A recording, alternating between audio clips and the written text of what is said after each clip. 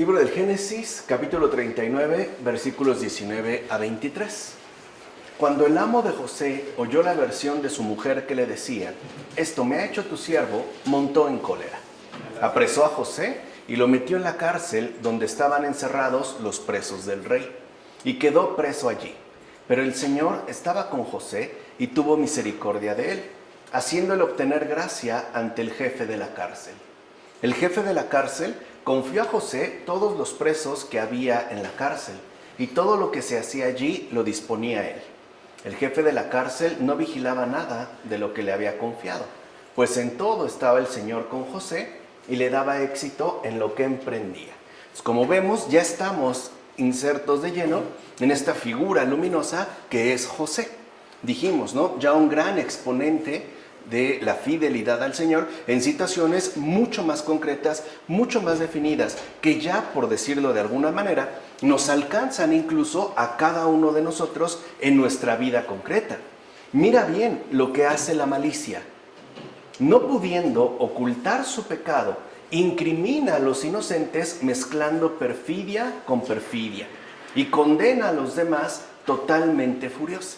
Y es cierto, cuando la malicia hace acto de aparición y entonces sus planes le salen mal, no puede pues ya ocultar abiertamente su pecado, y lo que le queda es incriminar a los inocentes, mezclando con ello, en efecto, mentira tras mentira, perfidias, enrollos, y finalmente busca, dirigir toda su ira hacia aquellos que se muestren más vulnerables.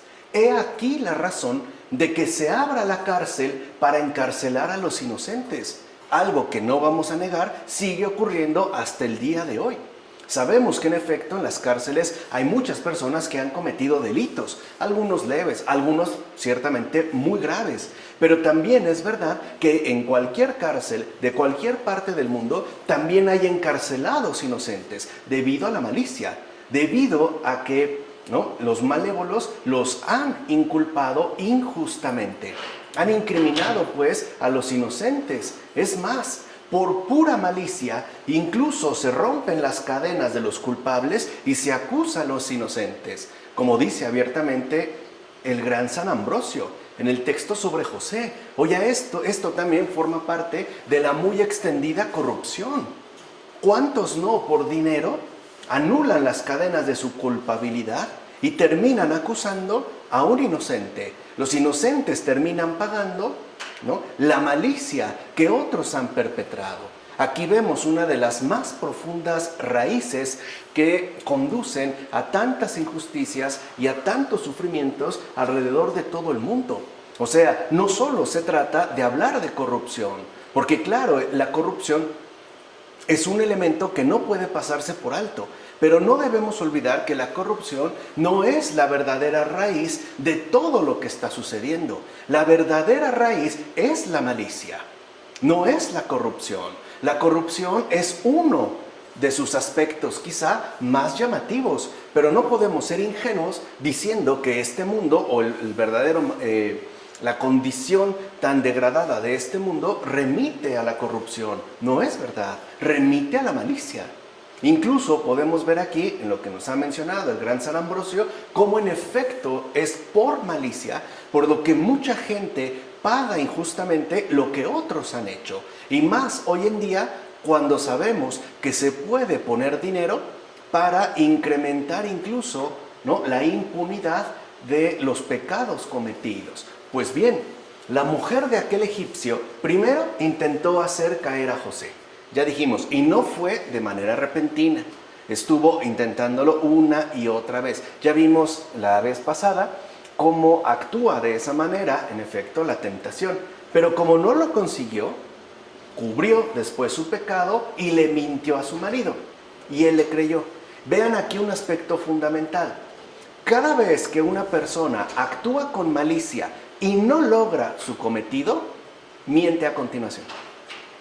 O sea, vean cómo se va dando esta madeja enredada del pecado en su conjunto. La malicia se propone realizar algo, por ejemplo, hacer caer a José por medio de la mujer egipcia, pero como no lo consigue, como no queda atrapado en su trampa y ya se ha exhibido pues el fallo en particular del pecado que se quería cometer, entonces el modo que se tiene para poder encubrir dicho pecado es la mentira. Y claro, de entrada suele suceder que aquellos a los que se les transmite la mentira le crean. Porque en principio no tendríamos por qué desconfiar de alguna otra persona, y menos aún tratándose de una persona sumamente cercana, como sería una esposa, un esposo, un hijo, una hija, una tía, un tío, un primo, una prima. O sea, no es tampoco que sea por ingenuidad. También vemos cómo hay un abuso de confianza en torno a la familiaridad. Ok, pero Dios esperaba con paciencia. En efecto, José es enviado a la cárcel y queda ahí retenido como reo que no ha ofendido a Dios ni es culpable. Porque no olvidemos que la malicia se remite al daño perpetrado al prójimo. Pero la malicia a su vez es inseparable de la ofensa a Dios. Y por eso también conlleva un grave pecado. No me detengo en esto porque ya lo mencionamos la ocasión anterior al ver los versículos correspondientes. Por eso Dios estaba presente allí con él. El Señor pues asistió al justo José y no le abandonó, como menciona Cesáreo de Arles en su sermón. O sea, ¿qué vemos pues? Que el Señor a veces, ya lo dijimos, no nos libra de las adversidades, no nos las va a quitar, pero se va a mantener, ¿no?, fiel a cada uno de nosotros y nos va a acompañar incluso en situaciones pues verdaderamente lamentables, asistiéndonos y mostrándonos también, por una parte, su amparo y por otra parte, dándonos la gracia necesaria para crecer todavía más en virtud. Recuerden que eso a veces como que se nos escapa. O sea, para nosotros hoy en día la virtud, la rectitud pues moral de una persona parece que no cuenta demasiado. No obstante, es central. Incluso diré que es más bienaventurado José al ser encarcelado, ya que sufrió martirio por la castidad. Naturalmente, esta, o sea, la castidad, es buena en sí misma. No obstante, tiene menor mérito si no pasa por el peligro. Vean, aquí está también un aspecto muy importante de la sabiduría divina. ¿O acaso no tendrá una corona mayor aquel que la defiende de los peligros que algún otro que no tuvo que esforzarse por conservar la castidad y por ende la salvación? En pocas palabras, ¿quién tiene pues más mérito? ¿El que ha logrado superar correctamente las adversidades o aquel que no ha tenido que padecerlas? ¿En dónde realmente se daría un mayor incremento de los méritos? Un mayor pues crecimiento de la virtud. Por eso, en efecto, cuando nosotros atravesamos diversos tipos de adversidades materiales, emocionales, intelectuales, espirituales, no es que el Señor nos quiera hacer la vida imposible, es que está buscando nuestro crecimiento en la virtud, evidentemente asistidos por su gracia. Por eso muchas veces no nos quita los problemas, porque está esperando que emerja, que crezca, y ya dijimos, eso lleva tiempo, de acuerdo a nuestra propia realidad humana, ¿no?, que crezca, que florezca ese aspecto fundamental que quizá el Señor quiere ver maduro en nosotros. Puede ser confianza, puede ser paciencia, puede ser castidad, pueden ser, digamos, multitud de virtudes que al final apelan a un bien mayor. José, como hemos escuchado, es condenado por un delito que no cometió. Y lo peor de todo es que fue incluso encarcelado sin haber hecho antes un examen de la verdad. O sea, el faraón ni siquiera lo quiso escuchar, que es cosa todavía mucho peor. O sea, vean cómo, ¿no?, la malicia incrementa siempre sus respectivos efectos. Es condenado por un delito que no cometió, cosa que evidentemente ya es grave. Pero hay algo todavía mucho más grave. Se procede a encarcelarlo sin antes hacer un examen de la verdad. Hoy diríamos sin investigación previa, como también suele suceder. Muchos son procesados de una manera prácticamente inmediata y muchos de ellos por un delito que no han cometido. Y eso es realmente lo que duele. O sea, no tanto estar en la cárcel, Yo creo que alguien que ha cometido un delito, está en la cárcel, en el fondo sabe que, bueno, está ahí, lo ha hecho. Pero el que no, eso yo creo que es lo que más duele. Bueno, pero el Señor no le abandonó en su cautiverio. Así pues, que los inocentes no pierdan la paz cuando sean acusados de falsos crímenes, ni cuando son encarcelados injustamente.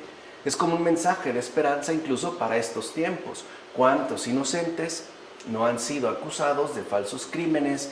¿Cuántos incluso no han sido encarcelados injustamente? Pues ¿qué les dice Ambrosio? No pierdan la paz. Que los inocentes no pierdan la paz. Porque Dios también está en la cárcel con los suyos.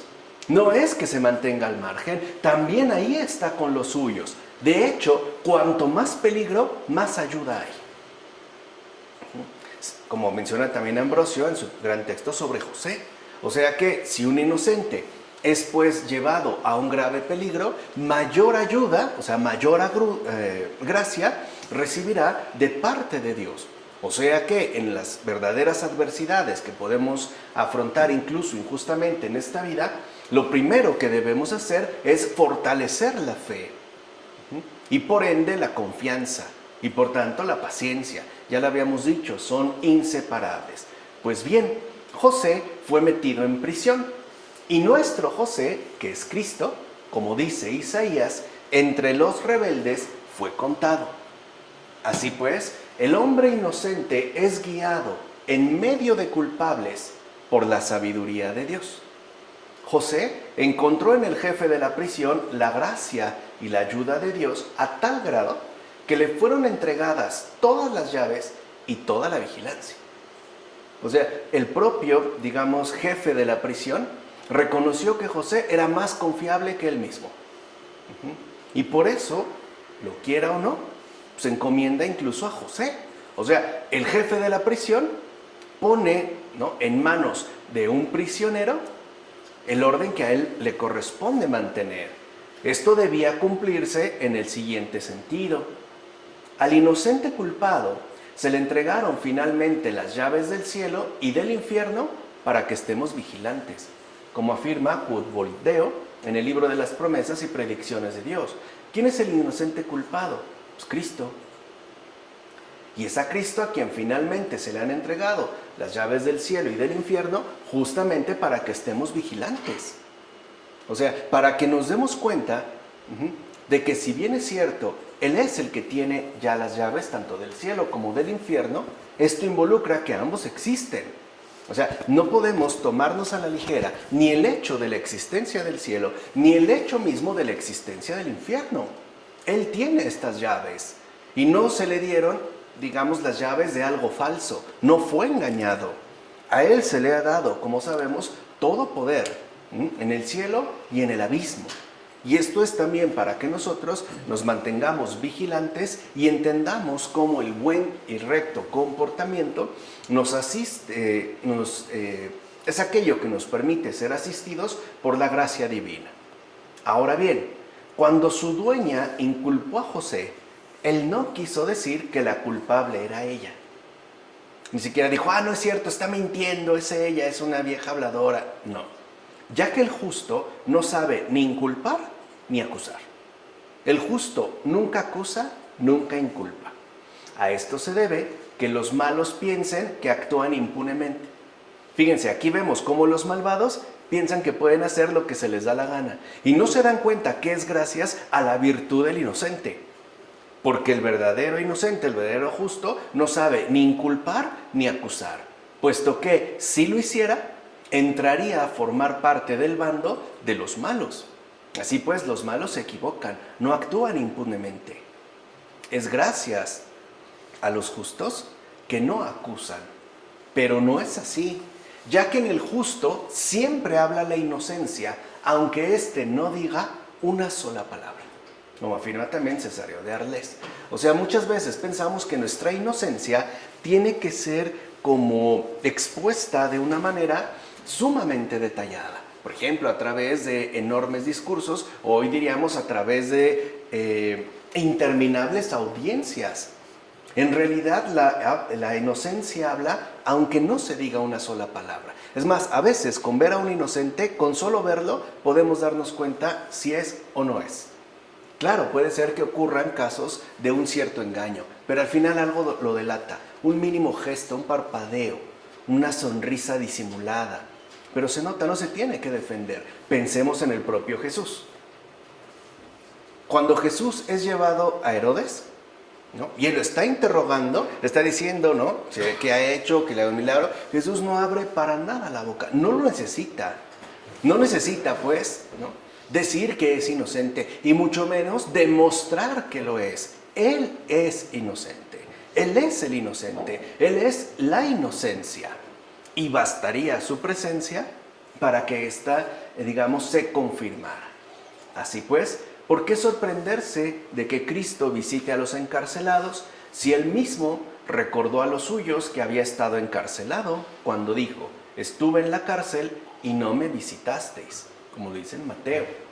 ¿A dónde no llega la misericordia divina? José obtuvo tal gracia que estando encarcelado, él era el guardián de toda la cárcel. Y por tanto, tenía bajo su custodia a todos los demás presos. Así pues, José no solo sufría en la cárcel, cosa que evidentemente sucedió, sino que además sacaba a sus compañeros de infortunio de la miseria. Porque si José era un hombre recto y él ahora está a cargo de los demás presos, el trato que les daba era diferente. Hoy diríamos un trato verdaderamente humano, más justo, más misericordioso, más afectivo. O sea que José no solo fue a sufrir, fue a servir también ahí. Fue a mostrar, pues, que la bondad de Dios está presente incluso en aquellos que permanecen bajo cautiverio. Por eso, ¿no? Sacaba, como afirma también Ambrosio, a sus compañeros de infortunio de la miseria. ¿Y podemos decir que esto es algún invento? No, porque ya veremos que cuando lleguen los eunucos del rey egipcio, él mismo se va a acercar porque traían mala cara. O sea, ahí se ve que él está atento. Y esto también es obra de la providencia. El jefe oficial de la prisión seguramente cumplía su trabajo de la manera, vamos a decirlo así, más anónima posible. Él iba a cumplir un trabajo. Además, para él está claro que él es el jefe y los demás están presos. No le interesa si eran, o no le interesaba si eran culpables o inocentes. Él los trataba como encarcelados. Y ya desde esta concepción, ¿no?, establecía una especie de criterio de maltrato sistemático. Cuando esto cambia, y entonces es José el encargado de toda la prisión, ahí también se manifiesta la bondad divina. Porque repito, que José haya sido virtuoso involucra que mostraba un trato humanitario con sus respectivos compañeros de infortunio, ¿no?, con sus compañeros de infortunio de esta miseria. Y más aún con aquellos que en efecto eran inocentes. Y a pesar de ser inocentes, por pura malicia habían terminado en la cárcel. O sea que en realidad no es un castigo para José. Claro, a primera vista parece que sí, involucra un sufrimiento evidentemente. Por ejemplo, no hay comodidades, el tipo de comida, pero en realidad era una bendición llegada hasta la prisión. ¿Ves ahora cómo la ingeniosa sabiduría de Dios transforma por completo la aflicción de José? Claro, porque no vamos a decir que no le afligió. Padecer una injusticia duele, y estar en la cárcel duele todavía más. Pero esa ingeniosa sabiduría de Dios transforma por completo, ¿no?, este malestar. Así ocurre con la virtud. La pongas donde la pongas, manifiesta su poder y resplandor, ya sea en la cárcel, en la esclavitud, en la aflicción y hasta en la misma libertad, como afirma Juan Crisóstomo en las homilías sobre el Génesis. Pensemos en un gran San Maximiliano Kolbe. No fue justamente en los campos de concentración de Auschwitz donde salió a relucir su potente virtud. ¿No fue ahí donde se manifestó pues su luminosidad, su resplandor? ¿O acaso de verdad hay excusas para renunciar a la virtud, aun cuando estemos en las situaciones más complejas, más difíciles y hasta más terribles. Ya lo habíamos dicho que no. Ya los propios padres nos habían dicho que no hay excusa para renunciar a la virtud, ni siquiera en las malas, la cárcel, la esclavitud, la aflicción, y tampoco en las buenas, ¿eh? O sea, tampoco porque todo parece irme muy bien, tengo que renunciar a la virtud. Por ejemplo, adoptando actitudes despóticas o arrogantes con respecto a los demás. Tampoco ahí. En todo caso, queda claro que ni siquiera los quebrantos de la justicia logran que se apague la virtud. Esto se debe a que el ser humano virtuoso es visitado también por Dios en los peligros, ya que es allí donde se necesita más ayuda. Y a veces, en efecto, hay personas que han, por ejemplo, ingresado en la cárcel debido a una injusticia, es decir, por pura malicia, y no obstante, ni ahí se apaga la virtud. Eso es lo que, por ejemplo, le sorprendió a un Solzhenitsyn al estar recluido en los gulag griegos, los campos de trabajo forzados rusos, perdón. Le sorprendió. O a un Nikolai Steinhardt, que lo llevó incluso a su respectiva conversión. O sea, el hecho de que estando literalmente, ¿no?, en la mayor de las desgracias, había personas que conservaban la virtud, así fuera un mínimo de virtud. En pocas palabras, no se habían logrado deshumanizar. Y eso era un milagro. Y justo por ser un milagro, remitía a la presencia de Dios en esos lugares. En esos lugares, además, tan llenos de peligros, donde en efecto se necesita mucha más ayuda, es decir, mucha más gracia. Así pasamos ya al capítulo 40, de los versículos 1 a 8. Después de estos sucesos, el copero y el panadero del rey de Egipto ofendieron a su señor, el rey de Egipto. El faraón se llenó de ira contra sus 2 eunucos, el jefe de los coperos y el jefe de los panaderos, y los puso bajo custodia en casa del capitán de los guardias, en la cárcel donde José estaba preso. El capitán de los guardias se los encargó a José para que los sirviera, y estuvieron algún tiempo bajo custodia. Ambos, el copero y el panadero del rey de Egipto, que estaban presos en la cárcel, tuvieron sendos sueños en la misma noche, y cada sueño con un sentido. Por la mañana, José entró a donde estaban ellos y los vio abatidos.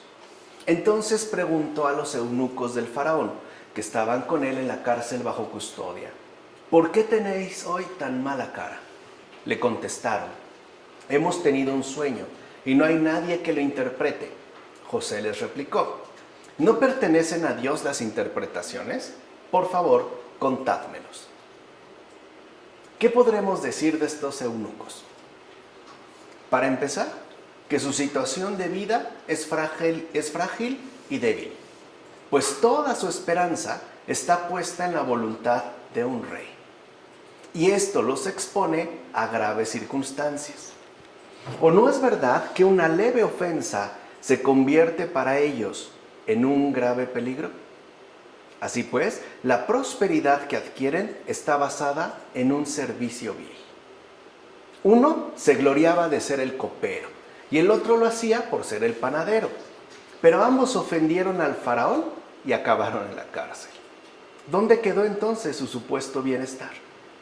Por eso fueron enviados a la cárcel, es decir, encomendados a José por el mismo carcelero para que en verdad aprendieran cosas importantes, como afirma Ambrosio en Sobre José. Ahí también ya se deja entrever la gracia de Dios. ¿Cuántos de nosotros efectivamente nos volvemos, viles o servidores con vileza por tratar de obtener algún beneficio de algún poderoso de este mundo? Y claro, puede ser que mientras las cosas marchen de determinada manera, obtengamos un gran bienestar, pero un menor fallo nos puede hundir. Incluso no solo podemos acabar en la cárcel, incluso podemos acabar asesinados, cosa que ocurre y sigue ocurriendo en estos tiempos. Esto sucede por poner toda nuestra supuesta confianza y esperanza en un ser humano. y además un ser humano sumamente peligroso, por el simple hecho de estar lleno de poder. El poder hace inestables, ahorita lo veremos a continuación. El poder sí afecta la rectitud del alma. Es muy difícil, casi imposible, mantener una genuina cordura cuando se ocupa un alto puesto de poder. Es realmente muy complicado. Por eso estos que están, digamos, engañados por su supuesta posición privilegiada, acaban yendo a la cárcel. Es decir, la divina providencia los envía ante José para que aprendan cosas importantes. La virtud, la rectitud y sobre todo a nunca poner la confianza en un ser humano. Porque la confianza se debe poner únicamente en Dios. En efecto, este hombre admirable, al verlos turbados y con la mente confundida por la visión de unos sueños, se preocupó por el bien de ellos y por tanto quiso saber por qué tenían tan mala cara. No olvidemos que el aspecto del rostro es lo que muestra el desorden interno. Ahí vemos el trato humanitario de José. Les preguntó, ¿por qué tienen tan mala cara? Se acercó, no les dijo, levántense, los pasó por alto o les dio una patada. No, está realmente interesado por ellos. Por eso el sabio dijo, cuando el corazón se alegra, el rostro florece. Pero si tiene penas, parece sombrío, como se dice en Proverbios. Así pues, cuando José los vio abatidos, se interesó por la causa de su malestar. ¿Te das cuenta cómo José, aun estando en la cárcel, no pierde nada de su esplendorosa virtud? Incluso se apresura a descargar a otros de sus angustias. O sea, ni siquiera, digamos, está metido en su autoaflicción. Al contrario, sigue sirviendo a los demás debido a su virtud y ayudándoles a que puedan solventar los respectivos pesares que atraviesen. En pocas palabras, aquí vemos otro rasgo fundamental de una virtud en verdad esplendorosa, la consolación. Esa es la presencia de Dios. Dios es el gran consolador. Ahí se ve, digamos, su presencia viva y especialmente en situaciones tan difíciles como es el estar en la cárcel. Así pasamos a los versículos 9 a 15 de este capítulo 40. El jefe de los coperos contó a José su sueño. Le dijo, en mi sueño había una vid delante de mí y en la vid 3 sarmientos. Entonces echaba yemas, florecía y sus racimos se convertían en uvas maduras. Yo tenía en la mano la copa del faraón. Tomaba las uvas, las exprimía en la copa del faraón y ponía la copa en la mano del faraón. José le respondió, esta es su interpretación. Los 3 sarmientos son 3 días. Al cabo de 3 días, el faraón te levantará la condena y te repondrá en tu cargo. Pondrás la copa del faraón en su mano, como acostumbrabas antes cuando eras copero. Y si te acuerdas de mí, cuando te vaya bien, ten la bondad de hablarle de mí al faraón para que me saque de esta cárcel. Pues fui arrebatado del país de los hebreos y nada he hecho aquí para que me metieran al calabozo. El copero se sentía afortunado porque servía la copa al rey. Como hoy muchos asistentes de grandes personalidades, que se sienten afortunados, ¿no?, por pasarles el papel higiénico a estos poderosos que, les guste o no, tienen que cagar igual que cualquier otro. Y hasta pensaba que por eso estaba en lo más alto del poder. Tal era la gloria y la grandeza que tenía en este mundo. Así pues, lloraba en su decepción y se alegraba de volver a alcanzarla. Pero se trataba de un sueño, y los sueños, no la realidad, son todos poderes de este mundo, o sea, falsas expectativas. Por eso, espiritualmente hablando, es muy peligroso confiarse a los sueños. Lo mejor que podemos hacer, buenos y malos, es agradecerle al Señor, dárselos y seguir adelante, no estancarse en ellos. Así que en sueños vio que sería reintegrado en su puesto. Fíjense, ya está fantaseando. Otra vez va a volver de nuevo al servicio vil del que ha sido apartado. En síntesis, no ha aprendido nada. Y el Señor le concedió la posibilidad y no ha aprendido nada. Isaías afirma que los seres humanos que se deleitan en las cosas de este mundo son como aquel que sueña que está comiendo y bebiendo. En Isaías 29, mientras duerme, cree que se harta de comida y bebida, pero cuando despierta, tiene todavía más hambre y sed. Entonces comprende lo poco que le sirvió la comida y la bebida al soñador. Pues bien, esto mismo pasa con el que se duerme en esta vida y no abre los ojos a los misterios divinos. Cuando se deja llevar por el sueño del cuerpo, piensa que los poderes mundanos tienen algún valor. Los ven como en sueños, la fama, la influencia, etc. Pero cuando despierta, se da cuenta de cuán vano es el placer de este mundo. Por eso, observa ahora al verdadero hebreo, intérprete no de un sueño, sino de la lúcida y verdadera visión, el cual llegó a la cárcel custodiado por la gracia del cielo.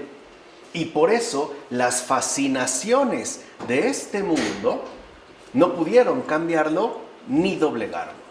En efecto, José no fue presa de la corrupción mundana, pues tentado no cayó, deseado no deseó, y aún tomado ya de la ropa, huyó. Así pues, ni la maldad pudo retenerlo, ni el infierno poseerlo. Recuerden aquí, siempre la maldad, a donde nos quiere mandar es al infierno. Siempre, por eso dijimos, ¿no? No perdamos ya este contubernio. Tiene mucho que no pronunciaba esa palabra. No perdamos ya, ¿no?, este contubernio entre maldad y pecado. Agresión al prójimo, ofensa a Dios. Incluso salvó a otros donde fue llevado para ser castigado, y allí rompió las cadenas de la muerte de sus compañeros. Esto es muy importante también de tener en cuenta. ¿Cuántas veces no nos dejamos llevar por fascinaciones engañosas de este mundo? Nos fascinan los halagos que este mundo nos quiere prodigar.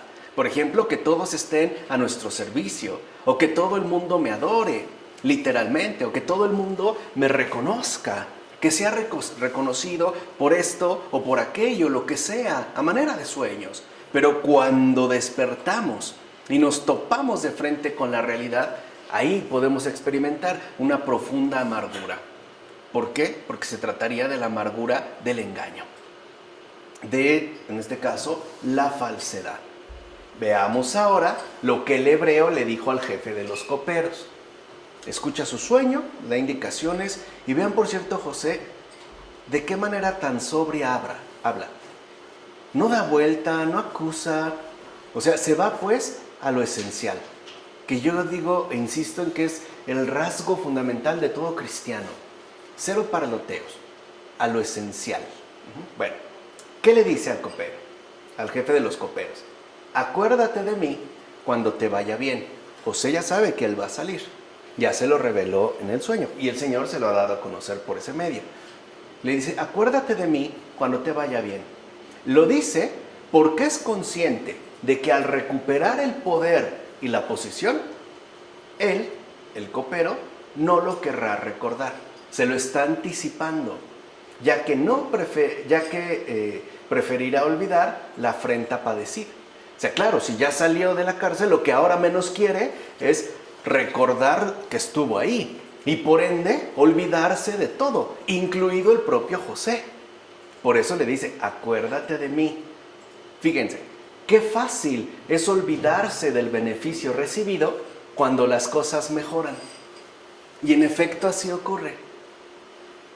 Qué fácil es olvidarse del beneficio recibido, de la ayuda que hemos recibido cuando las cosas mejoran. O sea, cuando nos va bien, nos podemos llegar a volver incluso bien desagradecidos. Como si nadie pues me hubiera echado una mano. Como si todo esto hubiera sido o bien resultado de mis esfuerzos y de mi pericia, o bien se tratara simple y sencillamente de aquello que Dios me concede finalmente porque es lo que me merezco. Vean qué bien conocen los padres de la iglesia nuestra condición humana. Qué fácil es olvidarse del beneficio recibido cuando las cosas mejoran. Qué fácil es pasar del favor recibido al olvido de dicho favor. Es más, alguien a lo mejor puede recurrir en la circunstancia contraria y decirle, oye, acuérdate que yo te ayudé. ¿Tú cuándo? ¿Cuándo hiciste algo por mí? ¿Cuándo me diste siquiera un vaso con agua? ¿No?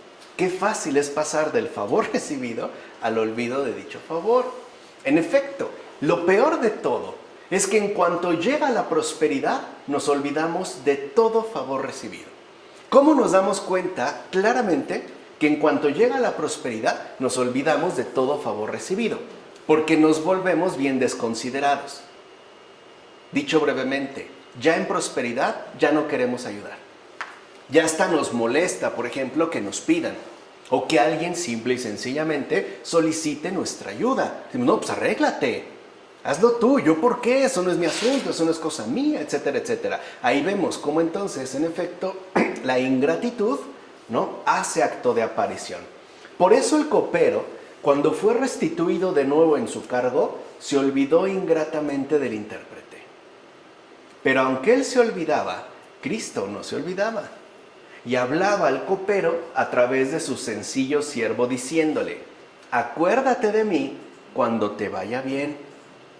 Pero el ahora beneficiado no quiso recordar el beneficio, ya que su elevación al poder le hizo olvidarse de todo lo demás. Como afirma también, ¿no?, el sorprendente Ambrosio. ¿Cuántas veces una persona que, por ejemplo, ha llegado a un puesto políticamente elevado, se olvida incluso de la gente de la cual ha salido?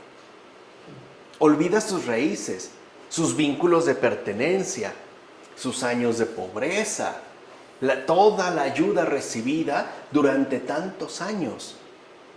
Y todo debido a la elevación del poder. Es, por poner una imagen, como si una persona subiera en elevador 500 pisos y por estar tan alto se olvidara de la gente que quedó abajo, de la cual él mismo salió y ha llegado a subir. Por eso nosotros no seamos ni ingratos ni desagradecidos. Recordemos, cada vez que sea posible, todos los favores, todas las ayudas que hemos recibido a lo largo de nuestra vida. Y si llegamos muy alto, por gracia de Dios, tengámoslo todavía más presente. Porque la idea no es separarnos de los demás, es que todos estemos finalmente en el mismo grado de elevación espiritual, intelectual, económica, social, etcétera, etcétera, etcétera.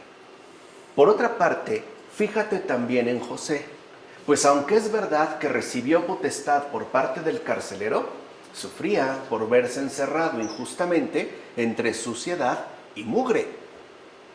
Los que a lo mejor, ¿no?, han estado en alguna prisión verán que no es un castillo de pureza, ¿verdad? Si algo abunda es la suciedad y es la mugre. Mira pues su manera filosófica de sentir, ya que soportó todo ello con gran humildad. Ten compasión de mí y acuérdate de mí ante el faraón y me sacarás de la cárcel. Observa bien lo siguiente. Aquí no dice nada de aquella mujer adúltera ni inculpa a su amo. No le dices que me metieron porque esta mujer quiso y no fue cierto. Y su amo ni siquiera se tomó la molestia. Nada. No habla de ellos. Ya dijimos hace rato, ¿no? El justo no sabe ni inculpar ni acusar. Desconoce eso por completo. Como tampoco relata el acto inhumano que sus hermanos cometieron contra él. Ni siquiera lo menciona. Más bien, lo oculta todo y se confía al que ha ayudado. Eso es lo normal, ¿no? Está partiendo de una relación concreta. Vas a salir, acuérdate de mí. No pasemos por alto esta cuestión, ya que nos demuestra la filosofía de su alma. Eso es lo que hoy en día necesitamos, filosofía del alma. Ojalá que estos cursos que damos y que, gracias a Dios, muy providencialmente se transmiten en YouTube, también nos aporte esta filosofía de alma, que es lo que estábamos necesitando, ¿no? Por ahí andábamos cojeando, ¿no? Andábamos medio anémicos, filosofía del alma. En efecto, en el alma de José no hay ni rencor ni odio, pues ni acusa a la egipcia, ni saca a relucir a su amo y a sus hermanos. Es más, ni siquiera habla del motivo por el que fue condenado a vivir en prisión, ni se apresura a mostrar la injusticia cometida contra él. En todo caso, de una sola cosa se ocupa, no de que todos estos sean condenados y ajusticiados, sino de que alguien lo defienda, nada más. O sea, no quiere el mal para nadie. Lo único es que alguien lo defienda. Es de lo único que se ocupa, nada más. O sea, que alguien tenga consideración de él, que alguien se muestre verdaderamente humano, agradecido. De hecho, oscurece lo que hicieron sus hermanos cuando dice, fui raptado del país de los hebreos. No dice, mis hermanos me querían matar, pero después decidieron mejor venderme. Y entonces, nada, dice, fui raptado. O sea, me sacaron pues, ¿no?, de mi país. Y no saca a relucir la intemperancia de la egipcia, como tampoco saca a relucir la indignación injusta de su amo. ¿Qué es entonces lo que dice? No he hecho nada para que me arrojaran a esta cárcel. Eso es todo. Aprendamos pues al oír esto, que si caemos entre personas de esta calaña, no debemos apresurarnos a calumniarnos, abusando incluso la lengua para acusarlos de otras cosas más. Y así sucede. Alguien me hizo algo, ay, no, este maldito me hizo esto, no, y ni te conté, no, lo que le hizo a fulano, no, aprendamos también esto de José, no afilemos la lengua para llegar todavía mucho más lejos, sino que solamente hemos de mostrar inocencia con mansedumbre y humildad, tal y como hiciera el gran José, el cual, aunque estaba en apretadas dificultades, no quiso revelar, por ejemplo, la nefasta lascivia de la mujer egipcia, ni siquiera a través de difundir algún rumor, ¿no?, algún entendido. Oigan, ¿y no se fijaron que la mujer era rara? O a ustedes nunca se les insinuó nada. Porque habéis de saber que a menudo muchos culpables usan de una gran impudicia para dedicarse a atribuir a otros sus propias lacras. Eso no es de virtuosos. José, en cambio, aun siendo más puro que el sol, aun pudiendo contarlo todo sin faltar a la verdad, para hacer así evidente el extravío de aquella mujer, no saca a relucir nada de aquello. Esto sucedió porque no miraba la fama que otorgan los seres humanos, sino que le bastaba con el favor del cielo. De hecho, lo único en verdad importante. Así pues, porque José cayó y no dijo nada de más, nuestro amoroso Señor lo exaltó aún más al ver que su atleta luchaba con toda regla y rectitud de alma. O sea que, ¿no?, afirma el gran Juan Crisóstomo en las homilías sobre el Génesis, o sea que si nosotros nos tomamos en serio la filosofía del alma, sí podemos alcanzar la exaltación por parte del Señor, que eso es justamente lo que estamos buscando, eso es justamente lo que estamos deseando. Bueno, versículos 16 a 23 de este capítulo 40. Al ver al jefe de los panaderos que había interpretado favorablemente, dijo a José, claro, no, pues a este le fue bien, pues a mí también. También yo he soñado que llevaba 3 cestas de pan sobre la cabeza, y en la cesta de arriba estaban toda la repostería que come el faraón, pero los pájaros se la comían de la cesta que llevaba en la cabeza. Respondió José, esta es la interpretación. Las 3 cestas son 3 días. Al cabo de 3 días, el faraón te levantará la condena, te colgará de un árbol y los pájaros comerán tu carne. Imagínense en ese momento el corazón del jefe de los panaderos. Al tercer día era el cumpleaños del faraón y preparó un banquete para todos sus servidores. Entonces levantó la condena del jefe de los coperos y la del jefe de los panaderos en medio de sus siervos. Restableció al jefe de los coperos en su cargo de copero y éste puso la copa en la mano del faraón. En cambio, al jefe de los panaderos le colgó, como le había interpretado José. El jefe de los coperos no se acordó de José, sino que se olvidó de él. Observa de nuevo cómo el justo lucha en una especie de entrenamiento gimnástico o de pugilato, ¿no? Está ahí literalmente cuerpo a cuerpo, dando prueba de su virtud y soportando todo sin perturbación alguna, es decir, sin tener que perder la cabeza o indignarse. Si José hubiera sido uno de tantos, o sea, cualquiera de nosotros, quizás se hubiera dicho a sí mismo, ¿qué es esto? ¿Qué rayos sucede? El copero, como recobró su antigua suerte, ya ni siquiera se acordó de mí. Y eso que fui yo quien le interpretó la visión de sus sueños. Claro, ahora él goza de una gran libertad. Y yo, sin haber hecho nada malo, estoy aquí encerrado entre asesinos, profanadores de tumbas, ladrones y todo tipo de gentes que han cometido miles de crímenes. ¿Qué es pues todo esto? Pero José no dijo nada parecido, ni se puso a hacer consideraciones. Sabía en efecto que el cautiverio se le alargaba más para así ceñirse una corona mayor y mucho más grande. Como veis, José había de guardar el momento conveniente para salir de allí con buen nombre y mejor que nunca. De hecho, si el copero lo hubiera liberado de la prisión con su intervención, quizá la virtud de José no se hubiera hecho tan evidente para todo el mundo. Pero el Señor es hábil y sabio. Como excelente artesano, sabe muy bien cuánto tiempo conviene tratar el oro con el fuego y cuándo es el momento preciso para sacarlo. O sea, hoy diríamos, Dios se la sabe. O sea, pero perfectito, no le falla nada. Por eso, permite que durante un periodo de 2 años más, el copero se olvide de José. Es decir, hasta que al fin llegue la hora de los sueños del faraón y José tenga entonces que ser conducido hasta él. Dijimos, Dios se toma su tiempo. De esta manera, José será ahora conocido en todo el reino por la fuerza de las propias circunstancias, como afirma Juan Crisóstomo en sus homilías sobre el Génesis. O sea que absolutamente todo, absolutamente todo, quiéralo o no, contribuye a la obra de Dios. Nadie se burla de él. Nunca. Nadie le da la vuelta. Incluso el Señor, si lo ven, parece que deja que las circunstancias se sigan dando con cierta normalidad. Parece que absolutamente nada cambia.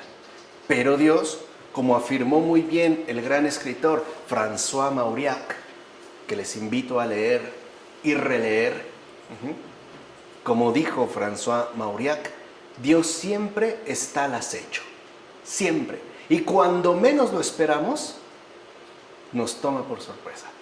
Recuerden esa frase de Mauriac, Dios siempre está al acecho, siempre.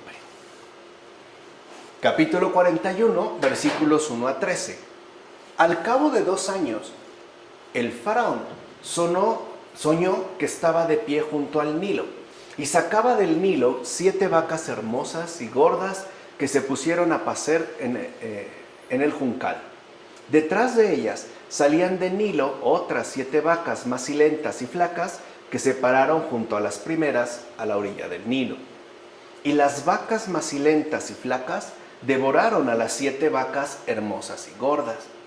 Entonces se despertó el faraón, volvió a dormirse y tuvo un segundo sueño.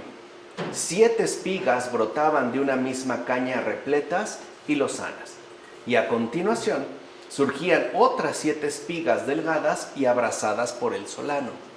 Y las espigas delgadas devoraron a las 7 espigas repletas y granadas.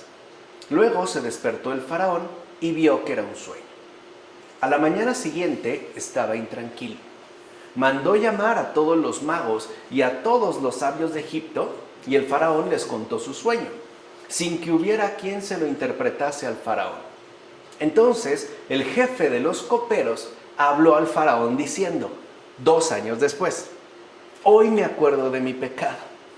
Cuando el faraón se llenó de ira contra sus siervos y me puso bajo custodia en casa del capitán de los guardias, A mí y al jefe de los panaderos, él y yo tuvimos un sueño la misma noche, cada uno nuestro sueño, con un sentido. Había allí con nosotros un joven hebreo, siervo del capitán de los guardias. Se lo contamos y él nos interpretó nuestros sueños. A cada uno nos interpretó el sueño. Y tal y como nos lo interpretó, así se cumplió. A mí se me repuso mi cargo y a él lo colgaron. Para empezar, el copero cayó en la cuenta y dijo al rey: hoy me acuerdo de mi pecado. Tardía es la confesión, pero ojalá sea verdadera. En efecto, después de pecar, confiesas lo que tendrías que haber evitado antes de cometer pecado. Qué pronto habías olvidado él, acuérdate de mí. ¿Se acuerdan como el buen ladrón a Jesús? Señor, cuando llegues a tu reino, acuérdate de mí. Y recibe una respuesta inmediata. Yo te aseguro que hoy mismo estarás conmigo en el reino de los cielos. No lo dijo una vez resucitado, ¿verdad? Mis queridos apóstoles, ahora me acuerdo lo que me dijo, ¿no? Este buen hombre, acuérdate de mí, pues súbele al cielo. No. Hay que tener muy presente las palabras que se nos hacen llegar. Claro que recuerdas haber oído estas palabras, pero tenías cerrado los oídos por la soberbia del poder. Y es verdad, el poder no solo enceguece, ensordece, de verdad, Por eso no oías las palabras sobrias, pues estabas borracho de poder. Así pues, no te emborraches ni de vino ni de poder, sino del Espíritu Santo. Recuerda también lo que sufrió el panadero, con quien de hecho dormiste y soñaste tu sueño. Este también se creía muy importante por ser el jefe de los banquetes del rey, pero ignoraba que es propio del poder tener muchas fluctuaciones. En efecto, a veces el poder ensalza, pero otras hunde y castiga. Y así es el que tiene poder, fluctuante. Un día te eleva y al otro te manda al carajo. Un día te habla bien y al otro día ni te saluda. Un día es generoso y al otro día no recibes más que gritos. Esas son sus fluctuaciones. Un día te lleva a comer y al otro te despide. Ese es el poder. Este ejemplo debe servirte para no fiarte de las falsas promesas que el poder humano hace, como afirma Ambrosio. ¿A poco no Ambrosio es espectacular? Es increíble, ¿no? En su texto sobre José. Bueno, por eso, date cuenta del poder verdadero de Dios. En efecto, primero, permite que todos los considerados sabios interpreten el sueño del faraón, que es de hecho a los que mandó a llamar, ¿no? Imagínense, tráiganme a todos los magos, a todos los sabios, a todos los entendidos. Justamente para que se ponga de manifiesto su ignorancia. A ver, ¿no que muy buenos? ¿No que ustedes son los sabios de Egipto? ¿Qué tienen que decir a esto? Nada. Con esto, a continuación, se manda a llamar al esclavo, al cautivo hebreo. Y solo él dio a conocer lo que a todos aquellos se les ocultaba. Con esto quedó claro que José hablaba con la gracia celestial que brotaba de él. Por su parte, ninguno de aquellos considerados sabios pudo decir absolutamente nada. Quedaron literalmente mudos. Es más, ni siquiera pudieron abrir su boca para poder decir cualquier cosa. Bueno, a ver, me imagino, nada. O sea, ahí se ve, ¿no?, su gran sabiduría. Su enmudecimiento puso al descubierto su entera falsedad. En efecto, no eran sabios. Así pues, cuando estos callaron, pues el copero no pudo evitar ya acordarse de su pecado. Como que digamos que dadas las circunstancias, quedó obligado a. Ya no se pudo escapar. No le quedó literalmente de otra. ¿Ven cómo Dios es el que lleva las riendas de todos los asuntos? Como afirma Juan Crisóstomo en la homilía sobre el Génesis, capítulos 14 a 24 de este capítulo 41. El faraón mandó llamar a José y se apresuraron a sacarlo del calabozo. Se cortó el pelo, se cambió la ropa y se presentó al faraón. El faraón le dijo a José: he tenido un sueño y no hay nadie que lo interprete, pero me han informado sobre ti, que te basta escuchar un sueño para interpretarlo. Respondió José al faraón: no depende de mí, que Dios responda favorablemente al faraón. O sea, está intercediendo por él. Y el faraón contó a José: en mi sueño yo estaba de pie a la orilla del Nilo. Entonces salían del Nilo 7 vacas gordas y hermosas que se ponían a pacer en el juncal.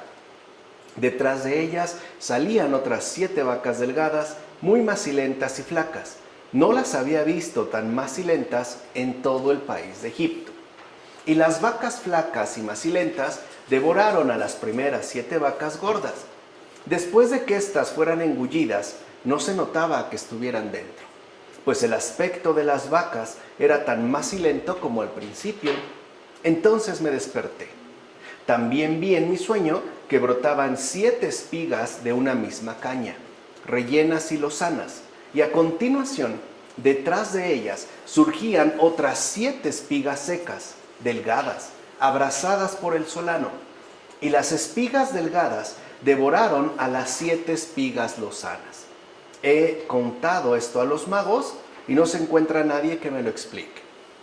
Mira bien lo siguiente: una vez convenientemente purificado por la paciencia, salió José de la cárcel como oro resplandeciente y fue conducido al faraón. ¿Ves cuánto vale la asistencia del favor divino? ¿Ves cómo nada es inútil? ¿Ves cómo para Dios nada es pérdida de tiempo? Mira pues cuántas cosas dispuso la divina providencia con el fin de realizar los designios referentes a José. En efecto, no solo escapó de las redes del ardor de la lujuria que le echó las manos encima, sino que incluso fue a la cárcel y allí mismo entró en contacto con el copero y el panadero. Se ve la concatenación de los acontecimientos, ¿no? Y por la interpretación de sus sueños, llegaron entonces a conocer la sabiduría de José, la cual, llegado el momento oportuno, fue recordada y salió a relucir plenamente, como afirma Juan Crisóstomo. Uno se podría preguntar, ¿qué no era más fácil que llegara, ¿no?, en línea directa José ante el faraón? No, porque nuestra situación del mundo es real y compleja, está llena de circunstancias. Por decirlo así, Dios surfea sobre los acontecimientos, pero siempre se obtiene lo que Él ha dispuesto. Aunque claro, nosotros en nuestra impaciencia quisiéramos todo de inmediato. Pero el Señor, repito, no atenta contra la realidad. Deja que estos vayan porque al final, ¿no?, van a terminar a donde Él quiere. Y además, cuando Él quiere. Mira bien cómo el faraón, avergonzado, no dice abiertamente que sus sabios sean unos incompetentes, unos mentirosos. Pues va a quedar mal, ¿no? ¿Qué dice entonces? Pues que ha tenido un sueño y no hay nadie que pueda interpretarlo. Pero ha oído que dicen de José que él con solo oír un sueño lo interpreta. Ahora bien, mira aquí la sagacidad de José y su discreción, ya que no echa en cara la falsedad de los consejeros del rey de Egipto, ni atribuye su capacidad de interpretación a sí mismo. Y es cierto, no les dice, pues ¿para qué tienes a estos? No tratar de hacerlos quedar mal, pues no que son tus intérpretes o los magos los más sabios, pues pregúntale a ellos, ¿a mí qué? A mí déjame en paz, ¿no? Y tampoco dice, no, claro, yo soy el que tiene, ¿no? No se enreda, pues, en esas cuestiones. Más bien, reconoce abiertamente que esa capacidad de conocimiento no es posible sin que el cielo lo revele. Y tiene razón, ya que sin Dios no es posible dar ni una verdadera respuesta ni ofrecer una solución correcta. Esto es muy importante. Por eso cuando una persona nos pida un consejo, pidámosle a Dios que nos ilumine. Que sea Él quien se exprese. Porque sin Él, repito, no es posible dar ni una verdadera respuesta ni ofrecer una solución correcta. Así pues, no busques entre los seres humanos las respuestas que necesitas, ni mucho menos en las cartas o en estas cosas de adivinación, ¿no? No, acude más bien a Dios y Él te la dará. ¿O no es verdad que José enseña mediante su respuesta la debilidad de los supuestos sabios? ¿Acaso no deja en claro el poder de Dios a través de sus palabras? La respuesta de José no tiene nada que ver con razonamientos humanos, ya que solamente menciona lo que Dios mismo le ha comunicado. No pone pues de su cosecha, como afirma Juan Crisóstomo. Y así llegamos, en esta ocasión, con esto terminaremos, a los versículos 25 a 36 para que veamos la respuesta que recibe de este capítulo 41. José respondió al faraón: el sueño del faraón es solamente uno. Fíjense, y eso que el faraón está convencido de que ha tenido 2 sueños. Vean por dónde empieza José. El sueño del faraón es solamente uno. Dios comunica al faraón lo que va a hacer.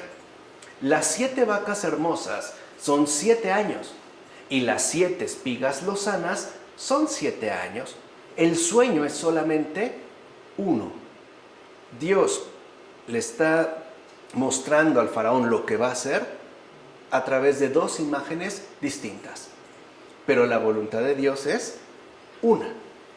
Las 7 vacas flacas y macilentas que salen detrás de aquellas son 7 años.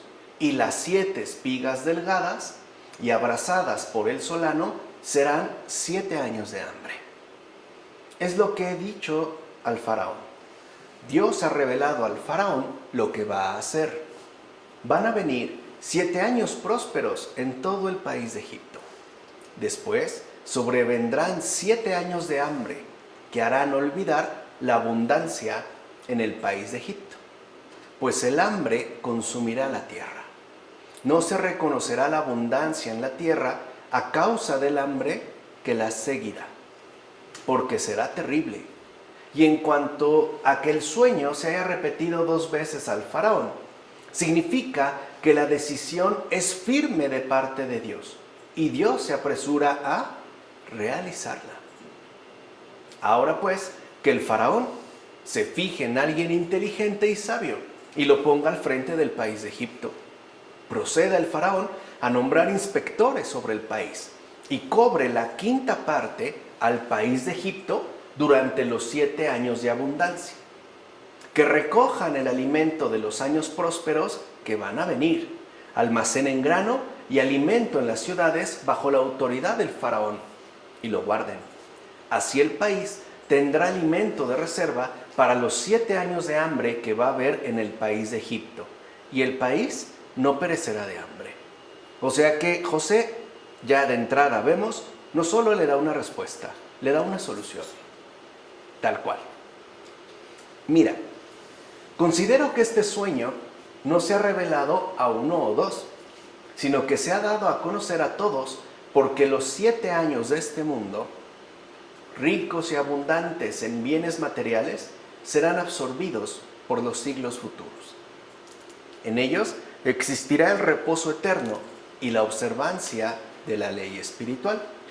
Por eso no debemos alegrarnos con falsos frutos que al final desaparecerán, pues no quitan ni la sed ni el hambre de Dios.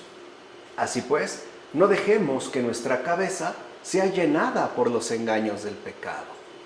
Y dicho sea de paso, tampoco debemos preocuparnos porque haya espigas zarandeadas por el viento, algunas con fruto y otras sin fruto. De hecho, se hacen mejores aquellos a los que el espíritu maligno prueba con grandes rigores en este mundo. Y ya sabemos por qué. Porque mientras más dificultad haya, más gracia tendremos y ayuda de parte de Dios. Esto es también como importante de tenerlo en cuenta, como afirma Ambrosio en Sobre José. Ahora bien, cuando dijo José que el faraón escoja a una persona, hablaba de sí mismo. No mencionó su propio nombre abiertamente debido a su modestia. pero tampoco mencionó a otros porque bien sabía que ningún otro aparte de él era capaz de obtener provisiones para la gran hambruna que habría de venir, porque como ya mencionamos, eran una bola de incompetentes. Así pues, José fue grande ante los ojos del faraón, y no tanto por la interpretación dada de sus sueños, sino por el beneficioso consejo que en José había encontrado. O sea, lo que realmente le impresionó al faraón no fue tanto la interpretación del sueño, la solución que se le hizo llegar. Quiere decir que entonces Dios le anuncia una gran dificultad que dijo José será terrible, pero al mismo tiempo le ofrece una solución ante esta calamidad. ¿Entiende? Aquí se ve también la misericordia. Hay pues pensada una gran hambruna, una terrible hambruna, pero al mismo tiempo Dios ofrece una solución. No es que nos deje pues en un absoluto desamparo. Incluso podemos ver cómo da un tiempo de preparación. 7 años de gran abundancia. Una abundancia tal que incluso se podrá reservar y almacenar lo necesario para los 7 años de gran hambruna que han de venir y que en efecto han de llegar, ¿no? Por eso se lo hizo ver en sueños al faraón 2 veces. O sea, es pues ya algo completamente decidido. Tienen que estar alerta. No solo pues se anuncia la dificultad, sino que previamente se ofrece también ya la solución. El cómo poder, en este caso, llevarla a cabo. Eso es lo que realmente impactó al faraón. Repito, no tanto la interpretación de los sueños, sino el consejo, la solución. Hoy podríamos decir, ¿no? El programa que José le muestra, además, detalladamente. O sea, le está diciendo qué tiene que hacer y cómo tiene que hacerse. Y además, cuenta con él para llevarlo a cabo. O sea, Dios no solo anuncia calamidad, ofrece los remedios y le envía a alguien con toda la capacidad necesaria para organizar lo requerido antes de que llegue. Si ven, primero es la abundancia y después vendrá, en este caso, el hambre. Esto es lo que ha impactado, en este caso, al faraón, y eso quizá también es lo que debe de impactarnos a nosotros, que el Señor en ningún momento nos deja en desamparo. Siempre nos da elementos necesarios para poder sobrepasar todas las dificultades, todas y cada una de las dificultades. Incluso no han sido los santos de todos los tiempos, los enviados por el Señor para recoger esta abundancia en lo que vienen los momentos de hambruna, los momentos de dificultades en este mundo. No son los santos de todos los tiempos, una suerte de José actualizados, ¿no? Que nos dan las provisiones necesarias para seguir adelante a pesar de las dificultades que podamos encontrar en estos momentos. No es el Papa Francisco el dispensador actual de los alimentos que requerimos para atravesar esta situación tan complicada. Por eso les decía, no hagamos ciertamente de lo que es gracia una desgracia. Démonos cuenta cómo el Señor obra siempre con mucha sabiduría y sobre todo, y más que nada, con mucho cariño, con mucha atención, con paciencia. Y por ende nosotros respondámosle con confianza. Vamos a dejarla hasta aquí. Del Padre, del Hijo, del Espíritu Santo. Amén.